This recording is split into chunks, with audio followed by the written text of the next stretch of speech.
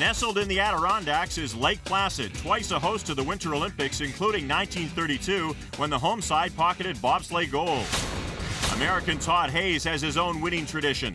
A silver medalist in Salt Lake in 2002, Hayes bids to become the first North American to win a world championship and on his home track. But he's got company for bragging rights with a continental rival, Canada's Pierre Lueders. The 1998 Olympic gold medalist recently wrapped up the World Cup two-man crown with Giulio Zardo, but he's never won at the Worlds. For me, I'd rather, I'd give away all the World Cup medals for a World Championship title. I think it's very possible to do in Lake Placid. This is more than a two-sled race. German driver Rennie Spiess battled the Canadians to the wire for the World Cup title, and on two occasions, Lueders has seen German competitors deny his aspirations at the World Championships. Let the racing begin.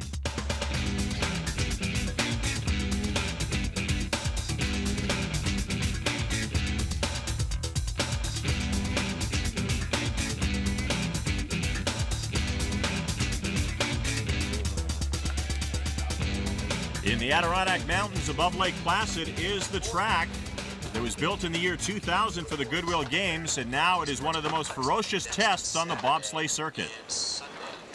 All the teams getting their sleds ready for their runs. Mark Conley with Olympic champion Dave McEachern. And Dave, we saw Pierre Lueders win the World Cup championship this year by 2 points over Rennie Spiess of Germany, and Spiess felt he lost it earlier in the season. Yes, the one imperfection in Rennie Spiess' season was that 7th place in St. Moritz, Switzerland. And he says had it not been for that placing, he would have captured the World Cup title.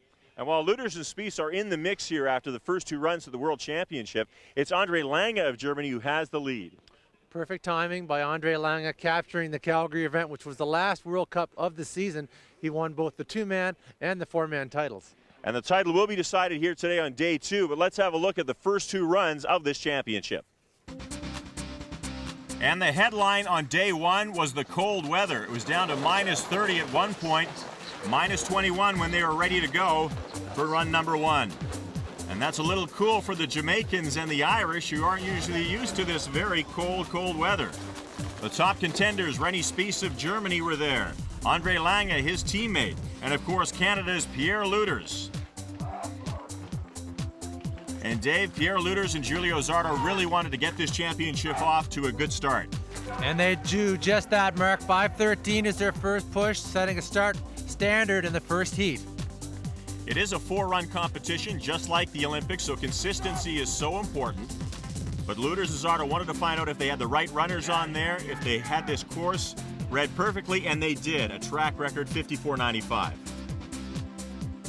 Run number 2, things really started to heat up. And Latvia had a great run from Gatis Goots. Madison Goots really bringing it here. They are 21st starting this competition. They start the second heat in 15th place.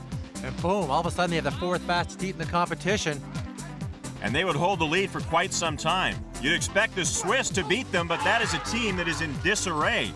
Beat Hefty was sent home from this competition after an altercation with one of the drivers. And Switzerland comes too, and they cannot beat the Latvians. So they're in big trouble. Their top driver is Martin Annan. Annan had trouble with brakemen as well. Cedric Grand, his top man, injured his hamstring. Urs Eberhard had to come in. He pushed well, but they weren't very fast either. Losing Grand, a big blow to Annan, as it is. Then he has to do a replacement with his brakeman, 4 kilos heavier, and it results in an overweight sled. He was disqualified from the competition after the second run. A huge mistake for the Swiss and a very angry team.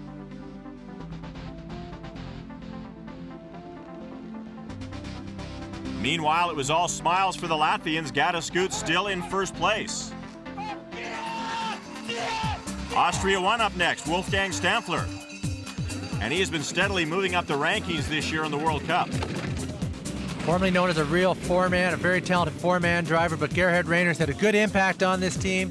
It's nice to see Stampfler finally starting to come into the top 6 in the world in 2-man. The Stampfler comes through with a 55.75, and that moves him into first place. Back to the top of the track for one of the favorites, USA 1, Todd Hayes and Randy Jones. They were looking to better the start record here. They thought they could do it. Didn't on this run, but they were very solid. Randy Jones with Todd Hayes in this event, known more for his four-man attributes. Hasn't really done a lot of two-man as of late. So 4 at 5:24, they're not going to be overly happy with that start. Germany won. Rennie Spiess with Franz Sagmeister. They were looking to stay in podium contention in third place coming into this run. I was expecting a much bigger effort from these guys today. Spiess only 17 and then 18 on the start of the second heat. Andre Lange was basically in a dead heat with Pierre Lueders after the first run, only 2/100ths of a second behind him. So here on the second run, he's the second last sled, and he's got to set the pace.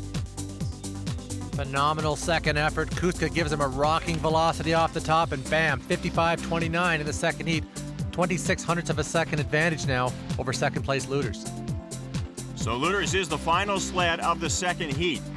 He and Giulio Zardo get off to a great start and cruise down. They had the fastest run ever on this track in heat number 1, but things were slowing down here in heat number 2.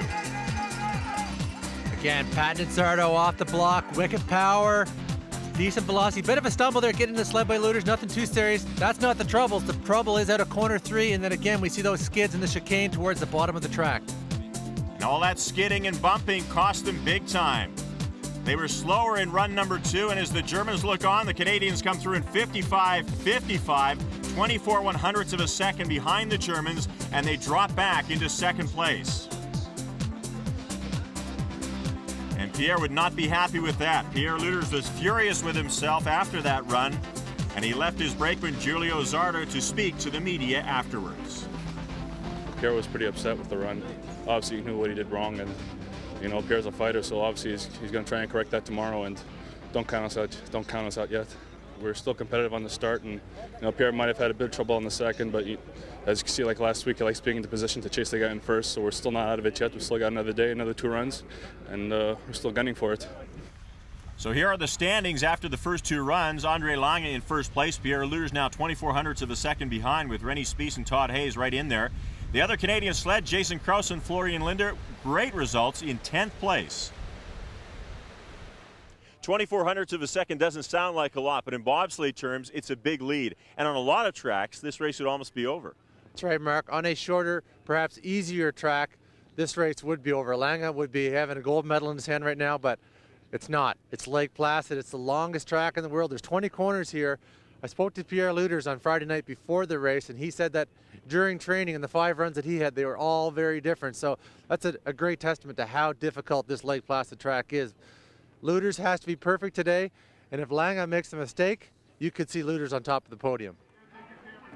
Well, let's have a look at that track, Dave. As you mentioned, it is one of the most twisting and turning tracks in the world, and only built in the year 2000. It has become a very popular track because of the action it presents. And action it delivers right off the first corner. A lot of drivers even being challenged in corner 1, having some difficulty exiting even corner N2 cleanly. Driving down the cliffside now into what's known as Whiteface Turn. This track has a lot of the special qualities that the old Lake Placid track had where the 1932 and 1980 Olympics were held. Those tracks were outgrown by the speed and power of the new modern sport of bobsleigh. We're into Shady 2 now, getting ready for the fast part of the track, going into the labyrinth. Coming up now, very violent transitions here. Driver's got to be on top of his game. Going into Benham Bend now. Getting ready for the drop-off and into the quick chicane. We saw some of the drivers in the first 2 heats lose some time here. And now to the Verizon Heart. Traveling at speeds 135 kilometers per hour here. Getting ready to come home. And cold, cold, cold Lake Placid. Well, let's see if they can heat up this track for runs number 3 and 4. There's our leader, Andre Lange of Germany. The Canadians are chasing him. We'll come back with runs 3 and 4 after this.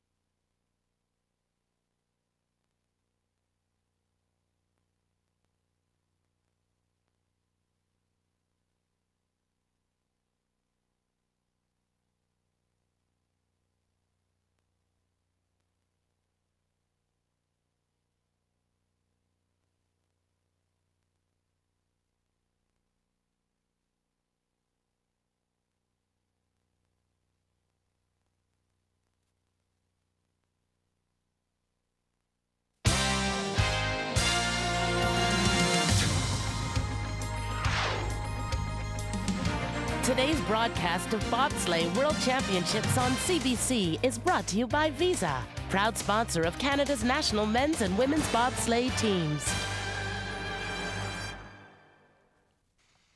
Welcome back to the FIBT World Bobsleigh Championships in Lake Placid, New York. Mark Conley with Dave McEachern for runs 3 and 4 of this championship. The athletes warming up beside the start hut here, and this is Rennie Spies of Germany. You see the Canadians in the background, Giulio Zardo. We'll be showing you the top 15 sleds here in the third run, starting with Ralf Rüegg of Switzerland. The Swiss having their trouble today, that's for sure. Pierre Luters and Giulio Zardo of Canada also in there, as well as the other Canadian sled of Jason Krause and Florian Linder. You see at the bottom there is one sled that has been disqualified. We'll get to that in a minute. Here's Ralf Rüegg of Switzerland getting ready to go. They are first off with Urs Eberhard. And the Swiss have had nothing but trouble this week, Dave, and it has been a little unusual for a team that is one of the best in the world. Very out of place seeing the Swiss in this position. Urs Eberhard, more of a four-man athlete than a two-man brakeman. See a bit of a mistake coming off the block there. Ralf Rüegg is not a very athletic individual. Very small for a bobsleigh driver. And the 532, there's a good indication of perhaps their unfamiliarity with one another. And if you can imagine what's going on in Switzerland right now, it would be like if the Canadian hockey team at the Olympics lost 2 of their best players before the tournament even began. That is what happened to the Swiss here, as one of the brakemen was sent home after an altercation with the team, and then one of the sleds was overweight after an injury, and so they are in disarray. So it all comes on to Ralf Rüegg's shoulders, and he is going to be in tough to do well here for Switzerland, because he is not the best driver they have. They do not have the best brakeman on there as well, and Ralf is having his troubles on this run. The one thing you are accustomed from the Swiss program is precise driving on almost every track you go to in the world, but everyone's struggling here a bit in Lake Placid. It's a long, difficult track, and when you don't have a fast start, that makes it even more difficult to be competitive here in Lake Placid. Well, everyone will be chasing Ralf Rüegg because he is the first driver here in the third heat. So Switzerland, too, comes in with that time, and they have set the pace so far. Picking up Rüegg going through the chicane here at the bottom of the track. He comes in late, hits hard on the left-hand side, and gets pushed. Slowing down, not a great run, leaves a lot on the table. There's Russia's driver, Alexander Zubkov. He's with Dmitry Stepushkin, the brakeman. These guys have been having very fast starts, but there's maybe a little reason for that you might be unaware of. They push a lighter sled. Now, there's a maximum weight that each sled can be, and that is the athletes and the sled. These guys push a sled that is lighter than it has to be, and therefore they get a pretty quick starts, but that weight will cost them 512. That's very quick. That's right. It is rumored that their sled is as much as 10 kilos underweight, and a lot of athletes, including the great Wolfgang Hoppe, used to experiment with lighter sleds. But that skid you saw there in the exit of corner 2, that could be an indication of that lack of weight and perhaps a loss of control. But I'm not really sure if it's confirmed, but if they're, I guess, stupid enough to run light on a long track like Lake Placid, man, they got some learning to do in this sport, because it's a very long track, and if you don't have that sled at maximum weight, you're only going to lose it down the track. The more weight you have, the faster you're going to go as you go down that hill. It's only physics. And the Russians trying to catch up to the Swiss here are having their troubles. Zubkov trying to give that little bit of English going through the chicane. He should just let it go. That's the fastest way through that chicane, is a straight line. Let it go. And they fall well back, a half a second off the pace behind the Swiss. And that is a big fallback, because they were ahead of the Swiss after the first 2 runs. So Zubkov is not happy at all with that run. Back to the top now. Germany 1, Rennie Spies and Franz Sagmeister. And here's where we will see the kind of athletes these guys are. And look at Sagmeister, 243 pounds. He's a huge man. He can really push a weight. Watch this sled pop off the line. Spies hits it very aggressively. Sagmeister, very dynamic, explosive off the block. And he can really shake it for a big man. He gets down there and gets tucked in. 5:16, that's 100 better than they were yesterday in the second heat. Germany 1 had a faster time than Switzerland 1 and Switzerland 2 rather, and they're way ahead at this point. You can see that problem now. Even the top guys in the world are having trouble coming out of corner 3 and even corner 2 cleanly. And if you're skidding and bumping at the top of this track when you're only perhaps traveling at 70 or 80 kilometers per hour, that's going to cost you a lot of time. Rennie Spies finished second in the overall World Cup standings this year. He was in a showdown with Canada's Pierre Lueders, and he lost out in the final race of the season. Little bumping going on there through the chicane for Spies. Interesting. I had a great conversation with Spies prior to the start of this competition, and I asked him if he was a little disappointed in the result in Calgary, and he smiled and said, no, it wasn't Calgary. It was that nasty 7th place in St. Moritz, and that, he figures, cost him the whole season, and he would like that race back for sure. 54.95 for Germany 1, and they are currently in first place. So Rennie Spies with a pretty quick time in run number 3. You can see it corner right there. That's been giving these drivers a lot of trouble all week. They're hanging it off, and as this competition goes on, these sleds are traveling so fast right now, they're actually approaching the 4-man track record on this sled. And typically 4-man track records can be as much as a half-second faster than the 2-man. So they're getting very close right now to the existing 4-man track record, which this man right here holds. Todd Hayes teaming up with Randy Jones, and these two won a World Cup victory in 2-man this season in St. Moritz. And of course, they also teamed up in the 4-man competition at the Olympics, winning a silver medal. Randy Jones, much more of a 4-man athlete. He actually made his headway into the sport with former U.S. driver Brian Scheimer. That's where he did a lot of 2-man, but Todd had most of his success last year, including the 5:09 track record here in Lake Placid with Garrett Hines. And of course, Paul Jovanovic, who got dumped from the team last year after a doping violation just prior to the 2002 games. But Randy Jones, man, he sure packs a wallop at 195, 6 feet, former running back from Duke University. 5:24 is not a bad start at that body weight. And they are chasing the time of Germany 1. They will have a little trouble getting to that, though, because the Germans did have the advantage over them in the first run. Here they are, 12 100ths behind. That's not too bad at this point. 126 kilometers per hour. That's fast. Now Hayes drove the bottom of this track perfectly. That's what you want to see. Nice, clean transition through the chicane, through the Verizon Hard here. Look for Hayes to pick up some time. 55.01 for USA 1 in second place, only by 13 100ths of a second. So that was a good run by Todd Hayes, who obviously has a lot of experience on this track in Lake Placid.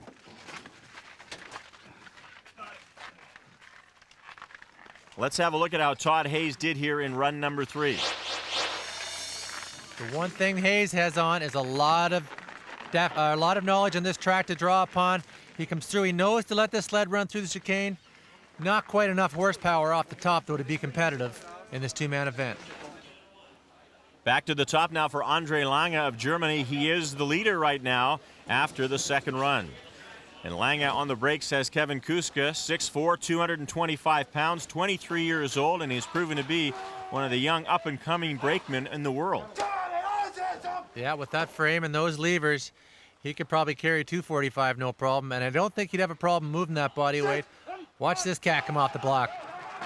Good knee drive, and he is very stable and very linear behind that sled. He moves that sled that weighs 200 kilos very easily. 5:13 start time, that's very good. Remember, it is the weight of the sled and the athletes together. So if you have bigger athletes, you can have a lighter sled and still be under that maximum weight, and that really helps when you're a big, fast man. That weight we're talking about, Mark, is a combined weight of 390 kilograms, and if you have Lange and Kuska weighing 100 kilos each, you're pushing a 190 kilo sled, so 10 kilograms over 50 meters makes a lot of difference, and it may only be 3 or 4 hundredths of a second, but that could mean the world of difference at the bottom of a track. What happens at the top often dictates who wins it at the bottom. You can see Germany 2 with very good speed here and very good time, gaining on Germany 1. They were ahead of them after the first 2 runs, so they already had the advantage. Looking to come through, they do very well in 54.83. So Andre Lange of Germany continuing in first place, and he set down a very good time, which will be chased by Canada's Pierre Lueders. So Andre Lange very happy with that. 54.83, should be happy. A new track record here in Lake Placid. Great way to start the day. Well, the Canadians are still to come. There's Jason Krause of Canada 2 warming up. And we will have Canada 1 with Pierre Lueders up next, just talking to the coaches and getting ready to go. We'll be right back.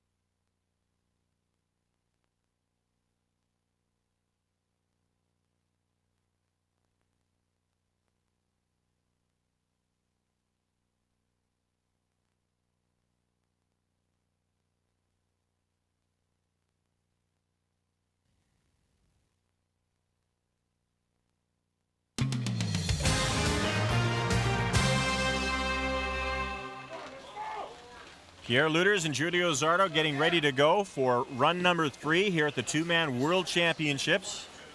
They were in first place after the first run, second place now after the second run, 24 hundredths of a second behind Andre Lange of Germany entering this run, and that is a long way to come back from.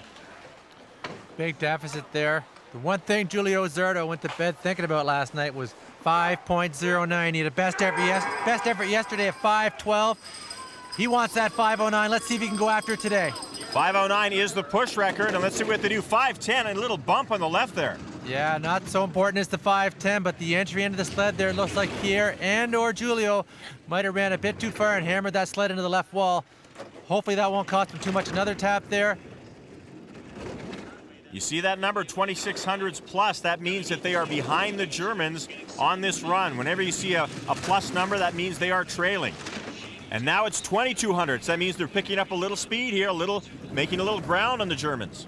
I don't think those bumps at the top of the track cost Luters a whole lot because he is absolutely flying. He's in such rhythm and poetry here. He's flying. There's 6 more hundreds. Luters is absolutely flying the bottom. Great velocity. Can he carry the speed into the bottom of the track? Let's see how he does. Coming right to the finish corner as the coaches look on. Canada 1 comes through in 54.61. He's only 2/100ths of a second behind the Germans. And a new track record, 54.61. That smashes even the 4-man record here in Lake Placid. Luter lays one down. So Pierre Luters beats the time of Andre Lange and cuts that margin down to 2/100ths of a second. We talked about what a big lead that was for the Germans. It's amazing that Luters could come so close now. We see the little incident here at the top. You see that momentum? Both athletes have ran down the track so far, they run into the start grooves, and the start grooves, of course, are cut at the top of the track. And when you run out of those grooves, you're on flat ice. And, of course, the sled has no control. We get a tap on the left-hand side. But, boy, did Pierre ever redeem himself after run 2 yesterday. Certainly do. A new track record back at the top now for Wolfgang Stampfler and Klaus Silos of Austria. And the Austrians have been a bit of a surprise. They didn't have a great season, but here at the World Championships, they've really come to play. Well, Stampfler doesn't bring a whole lot to the table in terms of starting. You can see him there. His foot speed was very, very slow. His knee drive was off. 5.35, very slow. Very slow starting team, but I think there's some science at work here. The Austrians have obviously running on some very good equipment here. It is minus 21 degrees Celsius, and that requires a very special composition of steel, and obviously the Austrians are running on that right now. Of course, we talk about the maximum weights in these sleds. That's one of the regulations. We saw that a driver was disqualified for having hot runners. That means the runners have to be at a certain coldness according to the air temperature, and also the composition of the steel has to be 50% iron, and that is also tested. So there's a lot of technology coming into play. Stampfler, he is driving this track very confidently, very well.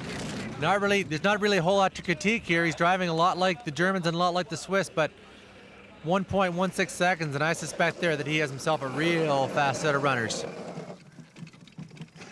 So Austria 1 currently in 5th place, and that is very good for Stampfler. Coming out of Benham's Bend there into the chicane. He takes this very similar to the way Todd Hayes did it. Just a little tap here on the left-hand side, and that's going to put him perfectly into the Verizon Heart. Ready to go up top is Latvia 1. Driven by Sandis Prūsis with Marsas Rulis on the brakes. Rulis only 23 years old, but his driver, Sandis Prūsis, at 37, one of the most experienced drivers on the circuit. The one thing Rulis has given Prūsis is a bit of extra horsepower off the top, and all of a sudden, you know, Prūsis, he's not that bad of a starter, even in 2-man, but the talk here is he's driving this track well in 2-man. Watch him fly in 4-man. I do not like this brakeman setup. I do not like the way they push the sled, but he's got great turnover and great intensity, but his technique has left a lot to be desired there. And that's why they had a 5:28 start time, not very fast at all. See if Prūsis can make it up with his driving and the technology in his sled. 1:29 back right now in 6th place. Prūsis not really ever a threat in the 2-man event, but he does use this as almost practice for the 4-man competition, where he does expect to be a threat and probably in the medals. And we will have that 4-man competition for you next week on Sports Saturday as part of our coverage of the World Championships. Right now, Latvia 1 not really chasing the time of Germany 2, just trying to maintain their position, and they do in 6th place, 55.28 their downtime here on run number 3. We're going to pick up this replay coming now through the Devil's Highway. You can see Prusis is no different than any other of the drivers here, really struggling in these tight corners in the upper portion of this track.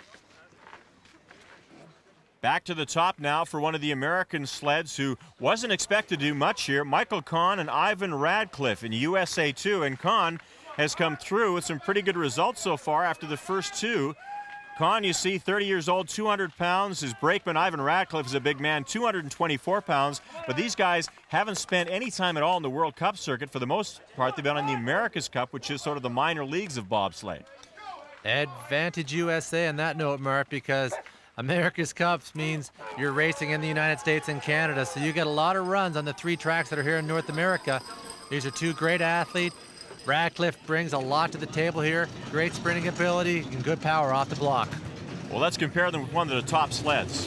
2 athletes, one 6'3" on the left, the other 6 feet on the right. Very different stride sequence there, but both bring a lot of power to the table. So USA 2 going for a top 10 position here at the World Championships, which would be amazing for a twosome like this that hasn't really done anything on the World Cup yet. They would really be a huge surprise and a really good boost to the American program. One good thing about this young American team competing, are young in terms of experience. They're both 29 and 30, but the one thing this does, it gives them confidence. The Olympics now are only 36 months away. Racing on your home track kind of gets you over the hump of like competing against the rest of the world in a World Cup or World Championship competition, but that makes it a lot easier when you're on your home track where you perhaps have 100 runs or more. 55.31, the 7th fastest in run number 3, and they are 9th overall. So I think Michael Kahn and Ivan Radcliffe will be happy with that run. You saw the American coaches clapping their hands and shaking their heads. They're pretty happy with the way that went. At the top now for Gatis Guts and Intar Zigmanis of Latvia 1, and these guys really have done well here at the World Championships, looking for a top 15. And so far, they've managed to win their way into the top 10, and now they're looking very good here in run number 3. Exceptional. They had the 4th fastest run in the second heat. They started this competition in 21st place, and that's a long way to move. You have 21 teams in front of you, or 20 teams in front of you. Boom, you do the 4th fastest run, and they're not a terrifically fast starting team. They started 5:31 in the first heat. Let's see what they do here in heat number 3. 5:30, a little bit faster, but it's still not fast compared to the rest of the field. Now when you consider you're giving up 0.2 of a second to guys like Pierre Luters and Giulio Zardo, you have to be doing something very special down this track, but they had the exact same tap as Luters out of corner 3. Let's see how these runs compare, even though Goots is 0.2 of a second behind after 65 meters. And it is so important to be in the top 10. That is the first seed. The second seed, the ice can be a little slower. In the first seed, the ice is usually optimum. So when you are in the first seed, you have a better chance of going fast. That was nice. A little bit of a lateral skid there out of the chicane into the lower portion of this track, which is known as the Verizon Heart. I'm not really sure what Goots is doing so well, but he is absolutely flying here in the bottom of this Lake Placid track. 55.22, the 5th fastest time so far, and he maintains 6th place in Latvia 2. Pick him up here into the chicane. As you can see, he goes into the second portion of this little chicane here. He gives it a bit of a direction, and then just as he comes out of the frame here, you can see his back end starting to skid away. So there's Goots, happy with the way things went on run number 3. And at the top, Jason Krause of Canada will show his run next.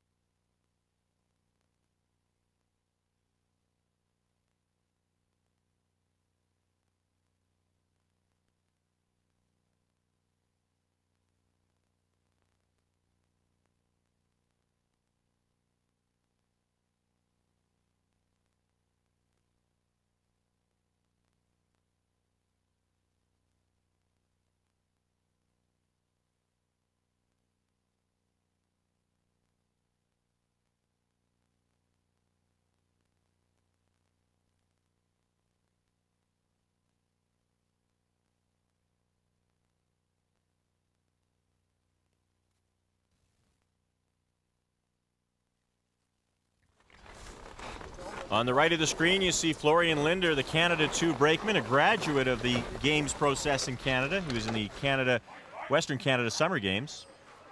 And a great sprinter he is. At 210 pounds, he runs a 10.7.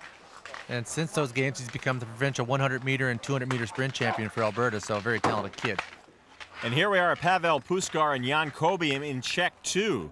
You may remember that Czech 1, the top Czech sled, was disqualified for this competition because of hot runners. Basically, the runners on the bottom of the sled have to be +1 above or below the control steel. So if they're too hot, you get disqualified. That's what happened to Czech 1.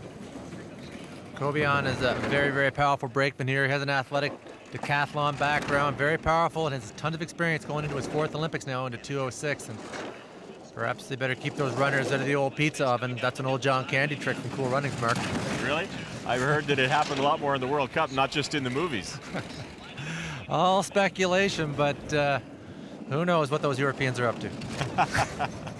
Pavel Puskar is one of the veterans of this Czech team. He has been usurped by his teammate who was disqualified earlier in this competition. So I think there's a lot of competition between the two Czech teams, and Puskar won't be all that unhappy that his teammate was disqualified because there was a lot of conflict between the two. So he comes through in 55.57, 11th place, so far the slowest here in run number 3.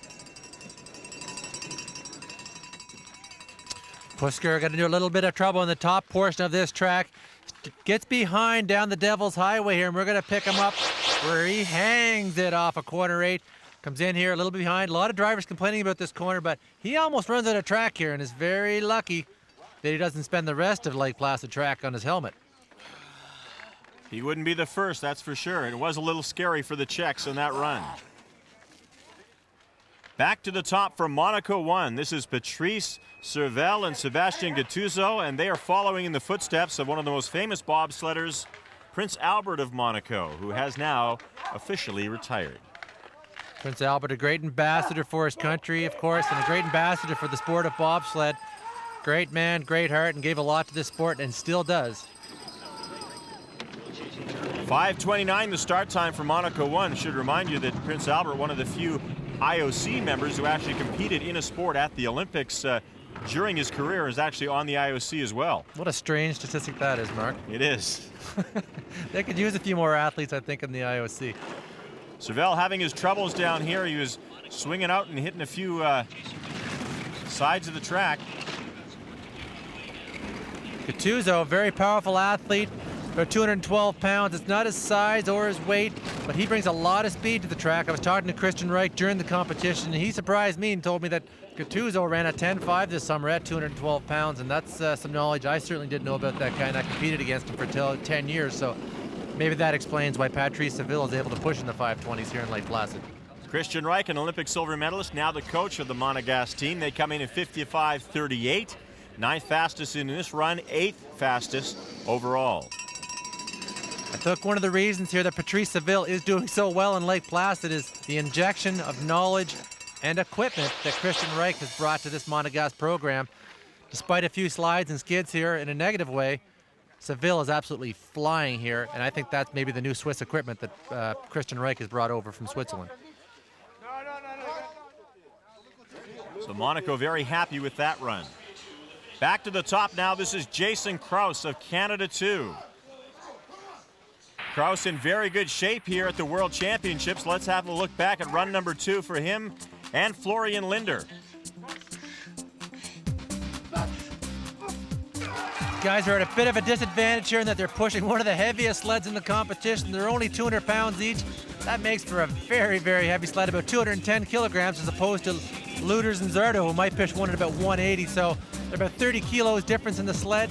But boy, can they bang it off, and Linder really uses his speed to rip it off that 50 meters. They came through in 55.68 in their second run, so that put them in very, very good shape after run number 2, and looking forward to run number 3 and a possible top 10. We got some things to fix for tomorrow, definitely. I think realistically we can move up a couple spots. Our goal was top 12, but top 10 would be even better, so that's what we're going to gun for tomorrow. Jason Krause, 195 pounds. Florian Linder, 205 pounds. As you said, not the biggest athletes here, but they've got a lot of heart, and they've improved tremendously this season. Don't like the hit off the block there by Linder and Krause. I don't think the timing was that well, but there was hesitation. The sled didn't move that well. The ice is very sticky. Florian really made up for it. He lagged it out there and burned it off the top. See the head down. Krause is much more linear than he was yesterday. He complained last night about not being direct enough behind the sled. When I sat down with him and Florian last night, he said, we can do better on the start, and they brought it today. So Jason Krause and Florian Linder gunning for a top 12 or a top 10 here. Either would be tremendous after the results they've had on the World Cup circuit. They did have a couple of top 10s. They'd love to get in there again at a World Championship. This is where you want to do it, Mark. You want to do it. You want to prove to yourself and your teammates that you're consistent and you can compete in a four-man race, because that's what the big show is all about. It's about being the best in the world over 4 runs, not 2, not 1. The Olympics are all about 4 runs. 55-24, and you can see their coach very happy with that. The 6th fastest run here so far, and Jason Krause, I think, will be very happy with that result. Good run. Thanks. Krause really brought to the table on that one. A better start and a better run. He went to bed thinking last night, I can drive this track, and that he did right there.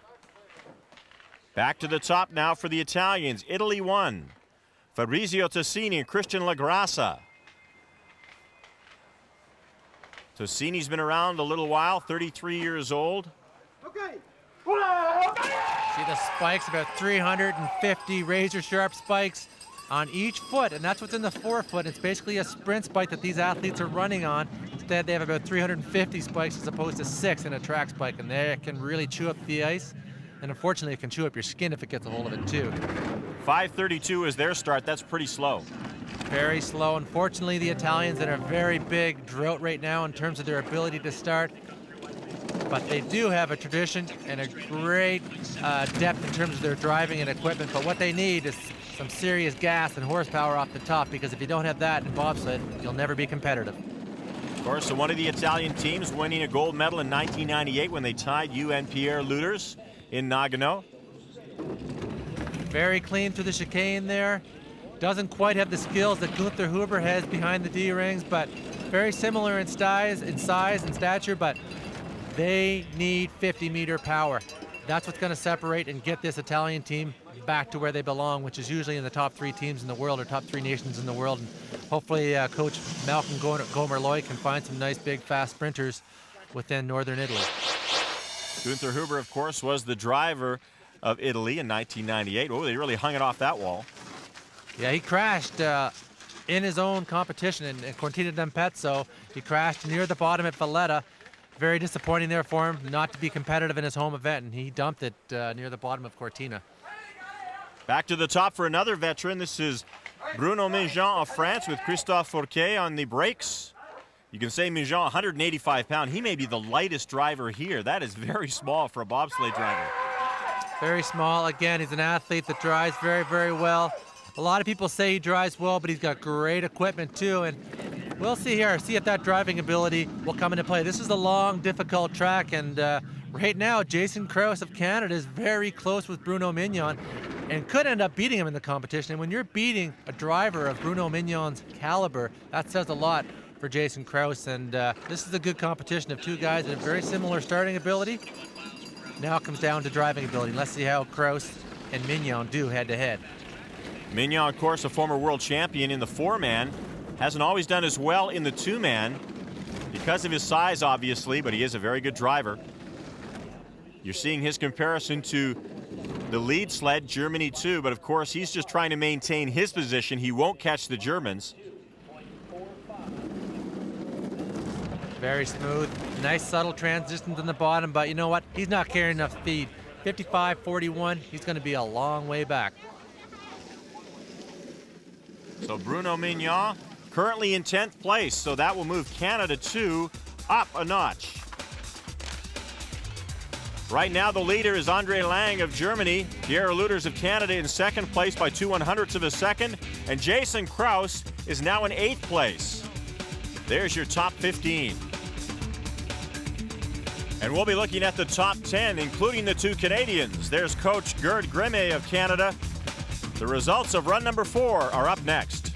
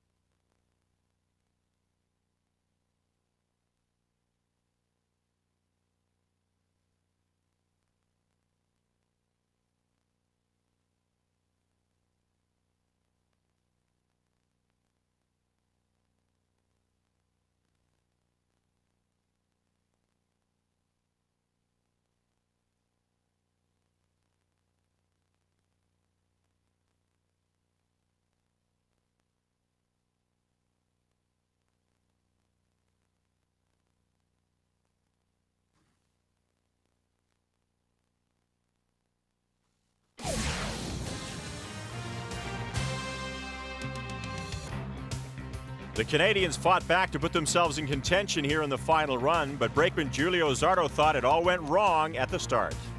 Because actually off the push, we actually hammered before corner 1, so I'm there, okay, there goes the velocity, there goes the World Championships, but it didn't affect us that much, and Garrett cleaned it up, does what he usually does, is, you know, come from behind and surprise everyone, so the World Championship is going to be decided on the next run.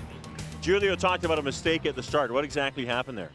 They were going for a super fast time, and they did get that super fast 5:10 push time, but they ran a bit too far.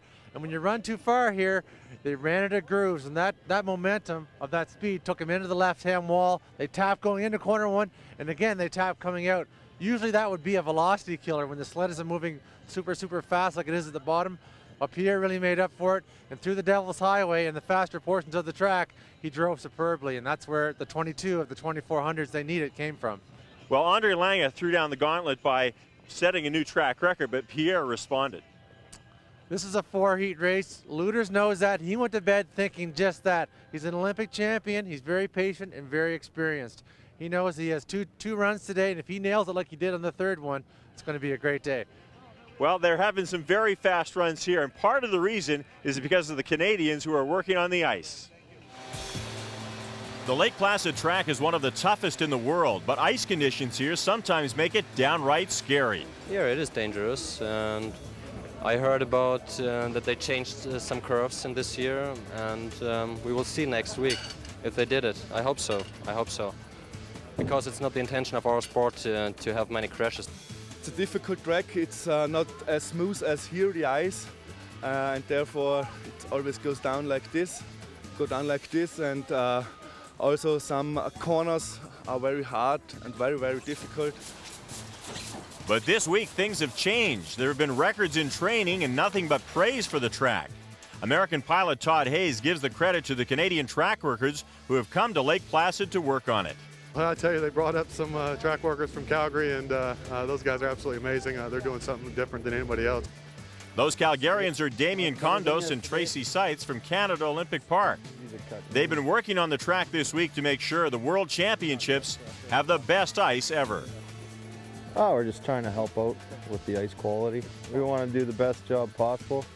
Like to make everybody happy, especially for the international events, and everybody at home's got a lot of pride in the work they put in on the track. Tracy Seitz was part of the crew that made the ice for the Salt Lake Olympics. The travel around North America is part of a working agreement between the three tracks. They were looking for a little bit of experience to get a jump start on maintenance and some of the big projects like shading and the water systems and things that were done prior to the games to make it a legacy facility. When we first got here, we started trying to make things a little bit smoother, making the transitions a little bit not so much easier, but to make the sleds flow and make them get a little bit faster, a little more speed. And it gets a passing grade from Canadian coach Dennis Marino. Looks pretty good, actually. Shouldn't be any problems.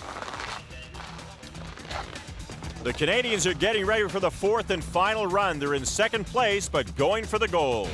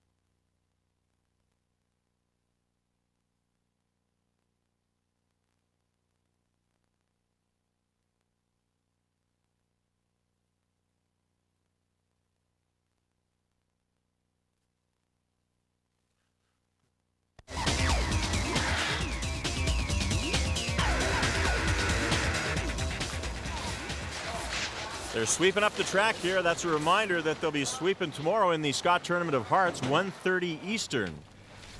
It all begins. The Swiss team's packing up and going home. They won't be in the top 10 here at the World Championships, and that is a huge upset after all the trouble they had. There's Martin Ann and his sled overweight here in the third run. Here is the top 10, and we will go from the 10th fastest to the fastest. Jason Krause will go third off. He is in 8th place currently. Canada's Pierre Lueders in 2nd place, 2/100ths of a second behind André Lange of Germany.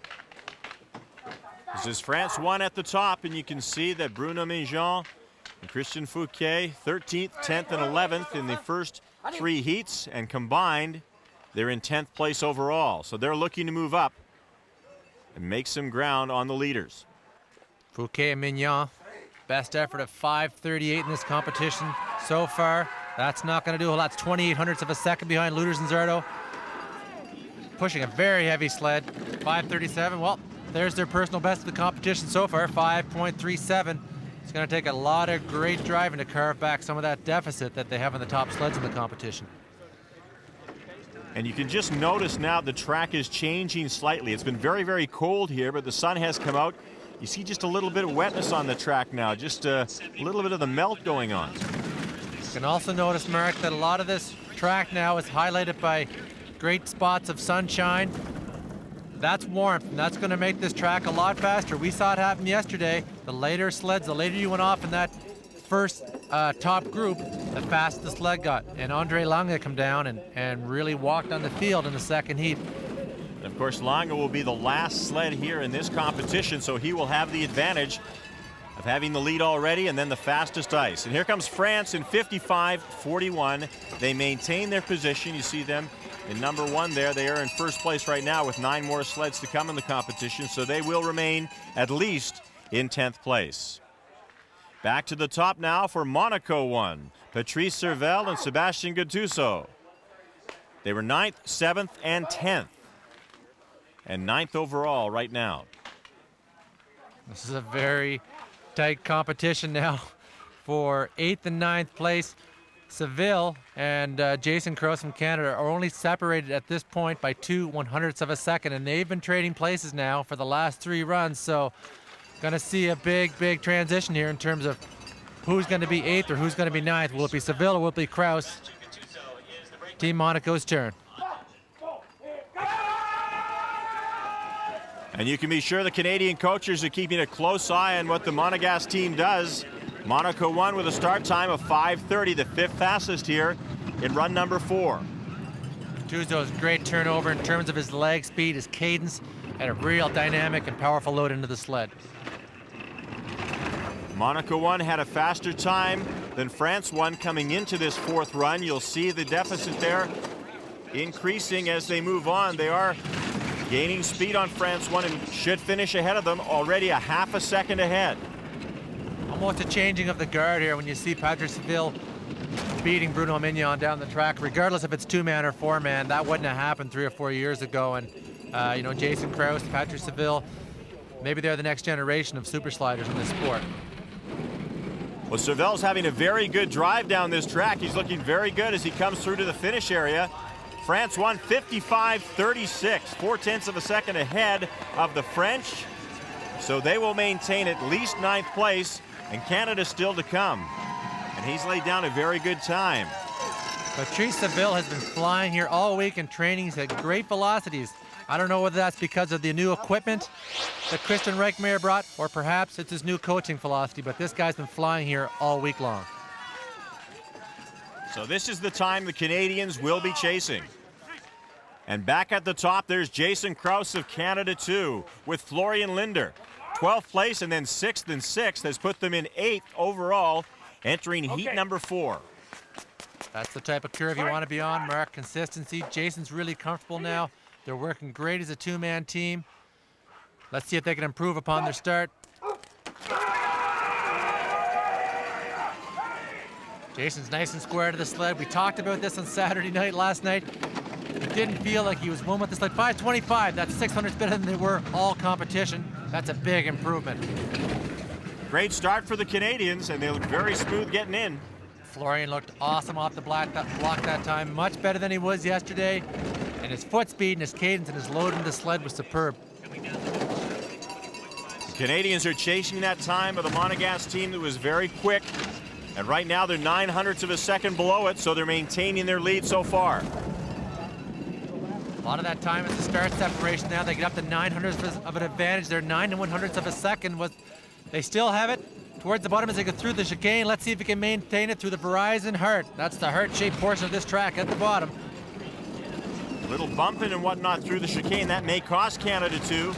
See the Monegasque team watching them. At 55.40, they fell back 2 100ths of a second. That's unfortunate for Jason. He will not be happy. Even if it was only 200ths of a second, he did have the Monegasque on the ropes. They were down 900ths of a second. He must have made a mistake, perhaps through the chicane or up higher, maybe even in Benham's Bend, that caused him to lose that time in the lower portion of the track. But you know what? That's an awesome result, because worst case scenario, he's 9th place at the World Championships. See the disappointment of the Canadians, the cheering of the Monaco team, but still a great result for Jason Krause and a great second half of the season.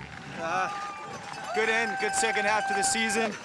Didn't like the way I ended this race, though. Still a top 10, very good result. The top teams are still to come.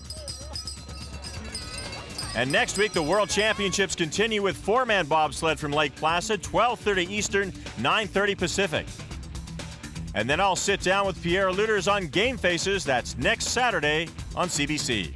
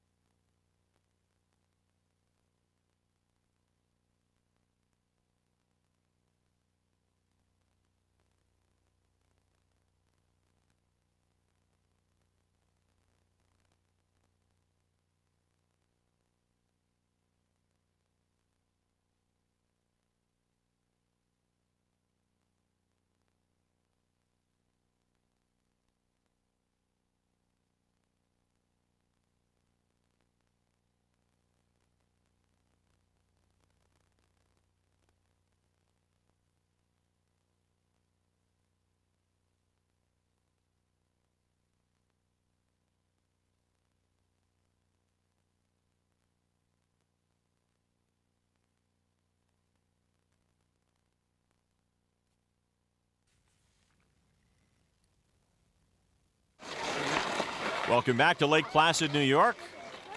Here's a timely reminder for Hockey Night in Canada tonight at 6:30 Eastern. Mark Connolly with Dave McEachern for these World Bobsleigh Championships. The final heat in the two-man competition, and Sandis Prusas and Marcis Rulis of Latvia 1 are ready to go. They were 6th after the first heat, fell back after the second, improved a little bit in heat number 3, and right now they sit in 7th place. Now, Prusas, I'm starting to form a bit of a theory here, Mark, in that there's a lot of factors being played out here in Lake Placid, but the biggest one, in my opinion, is the temperature, and that's the air temperature, because the difference between the first heat temperature was 13 degrees yesterday, and that is a significant difference, especially when you cannot change your runners in a bobsleigh competition. So you may have runners that are perfectly suited for minus 25, but those same runners aren't going to go when it's minus 10. And that's what this, a lot of these statistics are showing right now. Some guys are flying in the morning, and they're slow in the afternoon, and vice versa. And that's the way Prusas has been, fast and then slow. He was fast in run number 3. He may be slow here in run number 4. Right now he's chasing the time of Monaco 1, and he is slightly ahead. We're seeing some drivers that are in the top 10 in this competition that really we haven't seen in the top 10 in World Cups or any of the major competitions everywhere. So a lot of that, in my opinion, may be some of the equipment that they're running on. Latvia won losing time as they go down the track. 19/100ths of a second was their lead at the last interval. Monaco waving to their mom because they don't expect to be in first place after Latvia won comes through, and they are not. 55:43, but Preußis lost some time there. It doesn't matter, though. He maintains his position by 7/100ths of a second, so Preußis will remain currently in first place, but with the top sled still to come. I bet you if you asked Sandis Preußis, he's having a bit of a hard time here in corner 8, but I bet you if you asked Sandis Preußis if there was going to be 7/100ths of a second separating him and Patrice Seville after 4 runs at the World Championships, he would have laughed right in your face. And Patrice Seville has either had one heck of a World Championships or this guy's had a very bad one. Here's a guy who's had a very good World Championships, Gatis Guts of Latvia 2 with Intars Dikmanis. These guys 11th after the first heat, then 4th and 5th in those next 2 heats. So they have really come on, and they are now looking like the top Latvian sled. Oh, very strong performance. You know, they were 4th in the second heat, 5th on the third, and they're not starting that great. You know, they're starting 5.31, 5.30. That's 0.2 of a second behind Luders and Lange. That's a lot of time to give up, so they're on great equipment, and this guy's driving good. You know, no one has a whole lot of runs here in this Lake Placid track, but this guy is driving as good as the rest of the athletes in this competition. 5:30 their start time. That's pretty slow. Talk about the Latvian history of bobsleigh, because when the USSR was going and they had some of the best drivers in the world, many of them were Latvian. Exactly. 1988 Olympic champion Janis Kapur in Calgary. He's the one, he was really the last big Soviet champion, and that was 1988 in Calgary, of course. And you know what, the Soviets really led the way in the sport in a lot of ways, in that they were some of the first athletes who really brought the sprinting mentality to this sport. And 1988, in my opinion, was a big turning point for the sport of bobsleigh, where the Eastern Germans and even the Canadian program with athletes like Ken LeBlanc and John Graham come in and said, you know what, we need speed. We don't need big, bulky guys. We need powerful, dynamic athletes. And Latvia 2 comes through to edge out their countrymen. 55:22 is their time, 33/100ths of a second ahead of their teammate, and they're getting big cheers from the crowd here. So Dikmanis and Guts will be very happy with their performance at the World Championship this year. He should be happy. This is a superb result for this country. Obviously, there's not a whole lot of support, not near the support that there was for this sport under the former Soviet country. But they have come here with their A game. Bit of a gaff here in the bottom in the lower chicane, but you know what? They're carrying so much speed into this lower portion that a little mistake like that isn't going to have a big impact on their downtime. And big smiles in their faces. Back to the top for Austria 1, Wolfgang Stampfer and Klaus Silos. They were 5th after the first run. Since then, they've drifted back a little slower each run after that. So they're trying to maintain their position, especially after what the Latvians did. You know what? They were 5:33, 5:31, then dropped to a 5:35. They want to improve that start. 5:30, that's their best start of the event. And we'll see how they're doing compared to the Latvians. The Latvian time on top, Austria 1 beneath. Right now, they're 6/100ths of a second ahead. That's how they started this heat. Up 6/100ths. They're maintaining their advantage, but they're losing it. There goes 4/100ths right there. The Austrians trying to catch up to Latvia now. They've lost a bit of time. Let's see where they are at this interval. Now they're behind by 2/100ths of a second. So Austria 1 is really slowing down. On a big slide here, he's getting a bit behind with his timing. He's probably going to have the tendency now to overdrive it. Let's see how it comes through the chicane. That's nice. He's confident enough to let it go through. Now into the Verizon Heart, the heart-shaped portion of this track here in Lake Placid. Coming home, let's see how much damage has been done. He was 700ths behind. He lost a little bit here in the bottom, and now 1200ths behind. So the Latvians move up, and Austria will drop back. What a big slide. That's like a 4-shot slide in golf. That's not what you want to do at the World Championships on your 4th run. 1800ths of a second changed hands there. The Latvians are having the competition of their life. Stampfler is not going to be happy with a 6th place finish. He was so comfortable there in that 5th place position.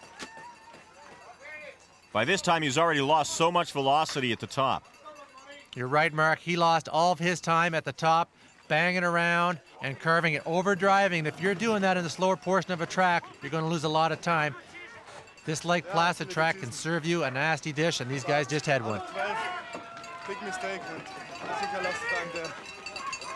He said he lost it in corner 12, so Stampfler knows where he made his mistakes. You should watch the tapes, Mark. I think it happened up top. USA won with Todd Hayes and Randy Jones. I love the way Todd Hayes hits the sled. Did you hear that thud? He came into it all 245 pounds and just hammered it. Randy Jones does his thing. He's got some serious jets. Obviously, running back for Duke University in football. Big pop. I don't like his head bobbing back and forth. Keep it straight, Randy. Turn it in all that power and energy right into the sled. 5:16 was their start. Very quick. And they've got a big lead on Latvia. They're not worried about the Latvians. They're only one podium position out of a medal. So that's what they're trying to do, lay down a very fast run in order to put the pressure on the Germans and the Canadians who are ahead of them. Hayes is 1300ths of a second out of that bronze medal position at the start of this heat. Let's see where he is in the next split. He's 8900ths of a second ahead of the Latvians. And they're going very well here, the U.S.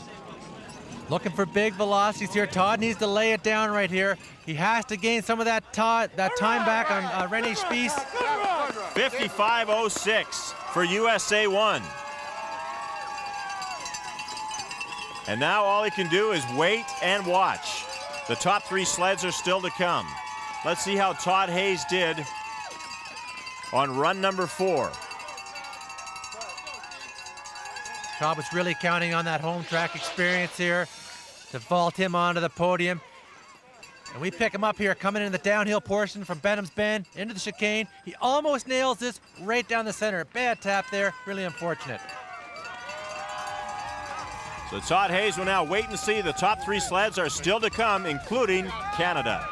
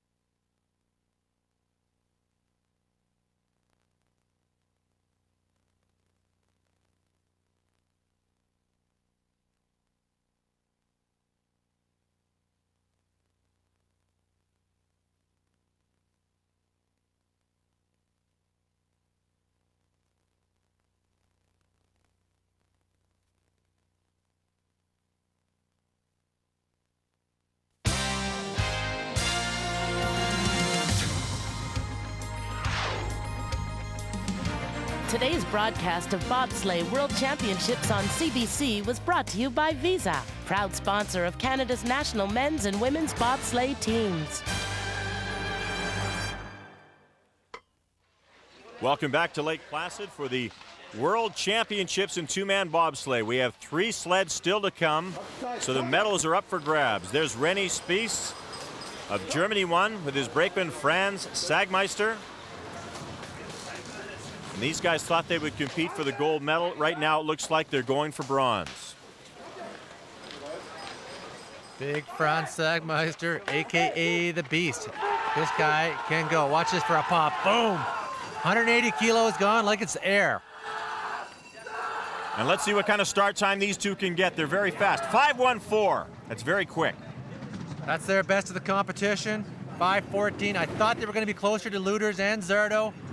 I thought there was going to be a great competition at the 50-meter start between Lange, Luters, and of course Spies, but there's been quite a bit of a gap here to this point, and Luters and Zardo have led the way after 50 meters. Right now, Todd Hayes of the U.S., who is in 4th place entering this run, has laid down the gauntlet to see if Germany can catch up to him, and so far Spies has been equal to the task. This is basically for the podium. Let's see how much time. Spies is hanging on. He's lost 400 or 500s here to Hayes, but I think he's got enough experience in the bottom of this track to fight off Hayes for that final podium position. See Todd Hayes and Randy Jones looking on as the Germans come through, 1600ths of a second ahead, 55:03. So that guarantees them a medal, at least a bronze, with 2 sleds to go. Hard pill for Todd Hayes to swallow. But when you're competing against Rennie Spies, you've got to be super, super consistent, and that's the one thing he's been, with the exception of that one glitch, which was the 7th place in the St. Moritz 2-man World Cup. This guy has been perfect all year long, and he gave the World Cup 2-man title a heck of a shot, losing just by a smallest of margins to Pierre Luters. Lost by 2 points to Pierre Luters, and he said if he wouldn't have been in 7th place in Moritz, he probably would have won. But here's how he did on this track. Again, almost every time you see these guys in the bottom of this track, they do it differently, and that's just how tough this Lake Placid track is, and that's a great competitor. Rennie Spies, and he's got a super athlete behind him in Franz the Beast Sagmeister. Now we're ready for the Canadians. Pierre Luters and Julio Zardo getting their sled ready, and this is a twosome who are brand new together. Reluctantly crouched at the starting line. Engines pumping and thumping in time. The green light flashes, the flags go up. Churning and burning, they yearn for the cup. He's going the distance. He's going for speed. She's all alone in a time of need. I think that as I've gotten older, I realize that it's very important to find out what your teammates are like away from the sport. You know, they can find out what I'm like away from the sport. So it's very important to see, and also your coaching staff. It's good to see what interests them, and you know, whether they can actually let their guard down and have some fun. You brakemen, you're always trying to see how fast you are. Let's hope you don't drive the cart like you drive the sled. That means it'll be fast, like always. I don't know. Always fast, Not always so on the edge, Julio. sure. Always on the edge. Keep talking. I think we have a good understanding of one another, and I think we're both motivated by the same things. We both want to win. We both train hard. We both, you know, believe in the other guy, and that's important. And I see a lot of the same traits that, and I guess the way he acts a lot of the times, as I guess was the way I was when I was his age as well. Very competitive, hated losing. You know, didn't want to finish second in a race. Wanted to win the race, and he's very competitive. Works very hard, and wants to win. And then. Obviously, sometimes he shows his frustration when that doesn't happen, and I can relate to that because that's the way I am now today. But also, when I was his age, certainly more so, I let my emotions. You know, when things didn't go the way I wanted, I certainly let people know them. The first time I met him, you know, after all the stuff that you hear about his attitude and what kind of person he was, but once I get to, if you're on his team and you know, you're willing to put the commitment in and you show that you work hard, you'll get along great with him. Potential-wise, I think we can be the greatest, and I think we're showing that this year. The way things are going this season, like, I think it's been going very well. Like, you know, winning the World Cup overall and, you know, getting a medal at the World Championships is the goal for this year. Certainly a goal, and I think that the tracks that we're having the World Championships on in the next 3 years, Lake Placid, Koenigsee, and Calgary, I certainly hope that I'd be able to do it on one of them. If not, I mean, it wouldn't be the end of the world, but it is certainly something that would be nice to have along with the rest of the success that I've had. I love winning races, but I'd like to be remembered as someone that came to race and that, you know, regardless of the situation, you know, or tracks that we were at, that we gave it 110% every time we raced, and whether we won or whether we finished 5th. You know, I would just like to be remembered that I was someone that gave it my all whenever I had the opportunity to. Well, Dave, I know it took a long time for you and Pierre to gel to get to the position where in 1998 you won the gold medal in Nagano. You think that Pierre and Giulio can get the same thing going together for 2006 in Torino, the next Olympics? I think there's no doubt in my mind that these two will stand on top of the world in 2006 in Italy. This young Giulio Zardo kid, he is superb. You want to talk about an untapped resource? This guy is a complete stud. 509, a new track record. They've tied it. They tied the start record here in Lake Placid, and that's a great start for Canada as they try to chase that gold medal here at the World Championships. They're in second place coming in here, and Pierre's got to put down a good time here to challenge the Germans who come after them. Bit of a struggle there at a corner two again. That's been the theme here all week, even amongst the top drivers. He's in control now. He's in great rhythm, great flow. 5.5 G's of pressure going through. Shady 2 into the labyrinth now. Let's see what kind of velocity he will have. He's going to be ahead of the German 1 team. It's Germany 2, 125.8 kilometers per hour. Germany 2 is coming after Canada, so Pierre Lueders really has to put it down here and to challenge Germany 2. Oh, this is going to be so close to the bottom of the track. 54.97, and Canada moves into first place. You see Gerd there, he's so excited. 54.97, he knows that's the fastest heat to this point. That's what he's happy about. How good is this going to be? 5:09 start record and 54.97. He's got the fastest down time of the second heat.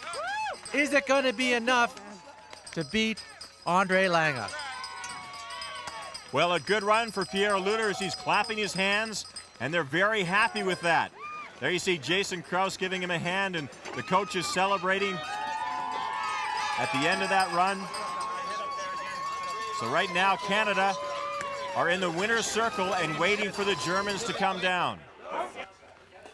Andre Lange, does he have a second heat surprise for us today, Mark? What I want to know is, what are they going to do at 50 meters, how aggressive they're going to be, and how they're going to take that velocity off the top and put it to the rest of the track.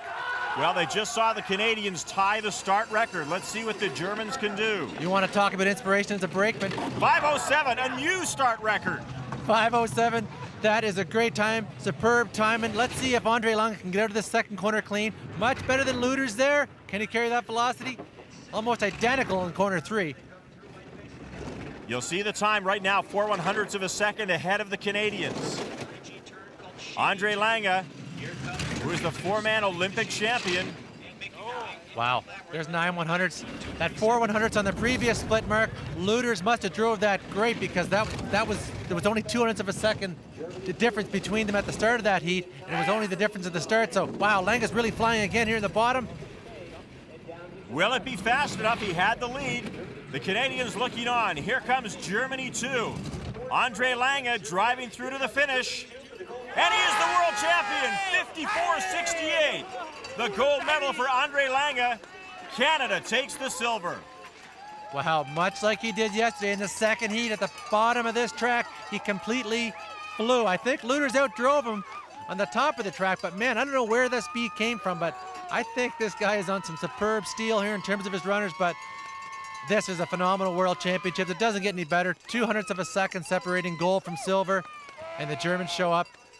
Hard for Pierre to take his third silver medal at a world championships, but like he said, he's got 2 more great ones coming up.